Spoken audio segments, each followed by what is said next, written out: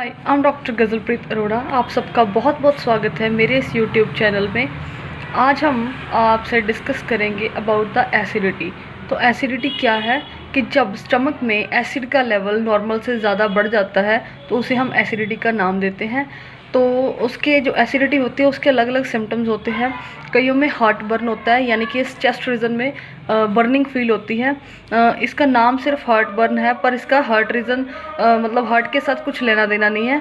सिर्फ chest region में burning को हम हार्ट बर्न का नाम देते हैं। उसके अलावा रीगर्गिटेशन हो सकती है कि जो खाया पिया उसी के डकार आते रहते हैं, वो रीगर्गिटेट करता रहता है। उसके अलावा क्या है कि माउथ में जो बिटर मतलब कड़वा या खट्टा टेस्ट रह सकता है।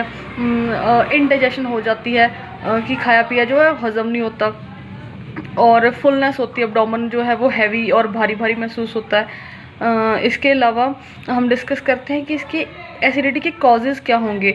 तो फर्स्टली क्या है कि एसिडिटी ऑलमोस्ट कभी ना कभी किसी न मतलब हर किसी ने इसको लाइफ में एक्सपीरियंस किया होगा एसिडिटी को। तो इसके कॉजेज़ क्या है?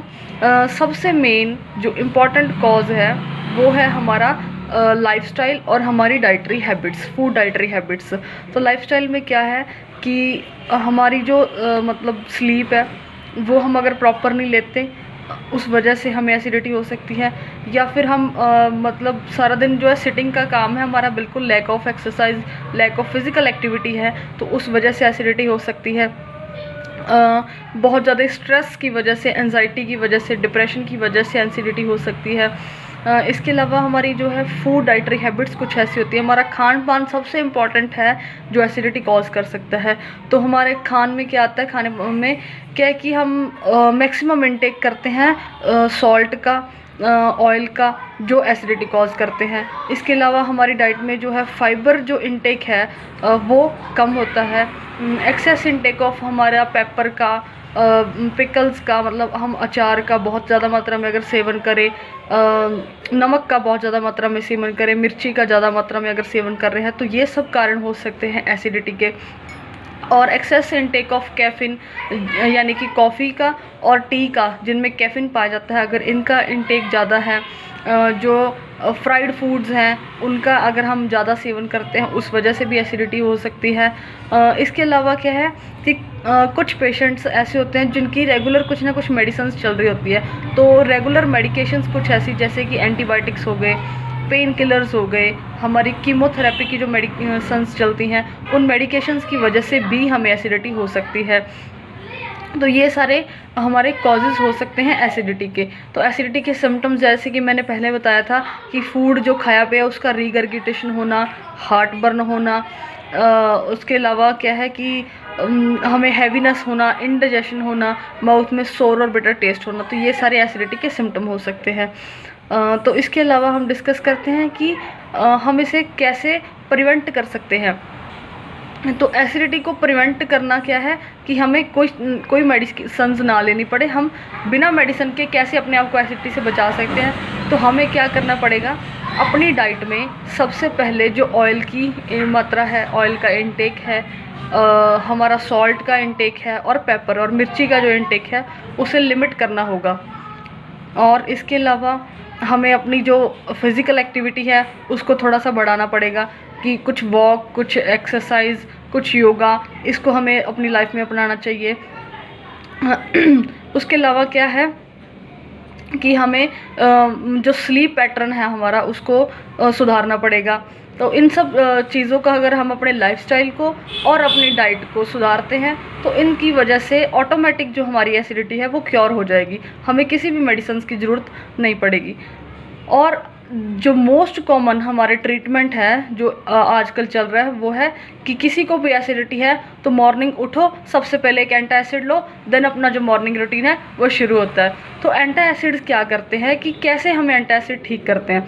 एंटासिड क्या करते हैं कि हम जो एंटासिड सुबह उठ के लिया, तो जो हम खाना खाएंगे उसकी वजह से क्या होना है कि स्टमक में HCl मतलब एसिड है जो वो रिलीज़ होना है। तो जो एंटासिड है वो बेसिस मतलब एल्केलाइन इन नेचर है।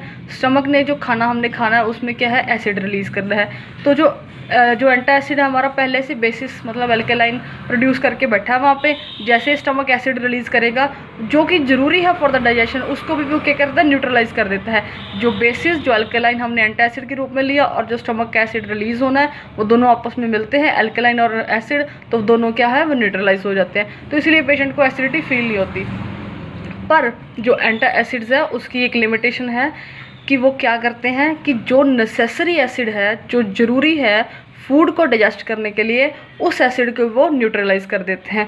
तो इस वजह से कभी कभी एंटासिड्स के साइड इफ़ेक्ट्स हो जाते हैं कि पेशेंट को इंडाइजेशन हो जाता है, डिफ़िकल्टी इन स्वेलोइंग होती है कि खाना खाने में दिक्कत हो जाती है, खाना पचाने में दिक्कत हो जाती है। क्यों?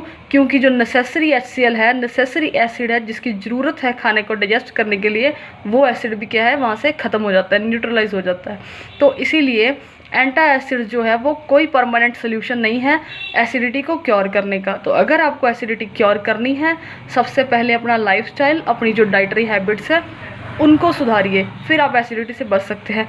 इसके अलावा क्या है कि जो एंटासिड है वो क्या करते हैं, सिर्फ बेसिस को लेके जाते हैं और जो एसिड ऑलरेडी पड़ा है उसको न्यूट्रलाइज करते हैं। तो इसके अलावा क्या है, हमारे पास कुछ ऐसी होम्योपैथिक मेडिसिन्स हैं जैसे कि एक डिजेस्टो सिरप आती है, नॉक्स एसिड आती है, और बहुत सारी होम्योपैथिक सिम्टोमेटिक रेमेडीज़ जैसे चाइना, नक्स वोमिका, लाइकोपोडियम, और भी बहुत सारी हैं। आप अपने सिम्टम्स के हिसाब से ले सकते हैं। और जितनी भी ये होम्योपैथिक मेडिसिन्स हैं ये कोई बेसिस इन नेचर नहीं होती कि आपने इसको पहले से ले लिया और ये जाके एसिड को न्यूट्रलाइज कर देंगे, ये ऐसा बिल्कुल काम नहीं करती। जो हमारी होम्योपैथिक मेडिसिन्स हैं ये क्या करती हैं कि जो एसिड की जो प्रोडक्शन है उसको रेगुलेट करती है। अगर एसिड प्रोडक्शन रेगुलेट हो जाएगी कि जितना रिक्वायर्ड एसिड है उतना ही रिलीज़ होगा और जितना डाइजेशन के लिए ज़रूरी है उतना ही रिलीज़ होगा, तो हमें एसिडिटी की प्रॉब्लम नहीं होगी। तो ये हमारी होम्योपैथिक मेडिसिन्स को आप ज़रूर ट्राई करें, और सबसे इम्पॉर्टेंट है अपने लाइफस्टाइल और डाइटरी हैबिट्स को सुधारें, तो आप एसिडिटी से परमानेंटली बच सकते हैं। और हमसे कोई भी किसी भी तरह के ट्रीटमेंट के लिए आप दिए गए नंबर पर संपर्क कर सकते हैं। Thank you so much.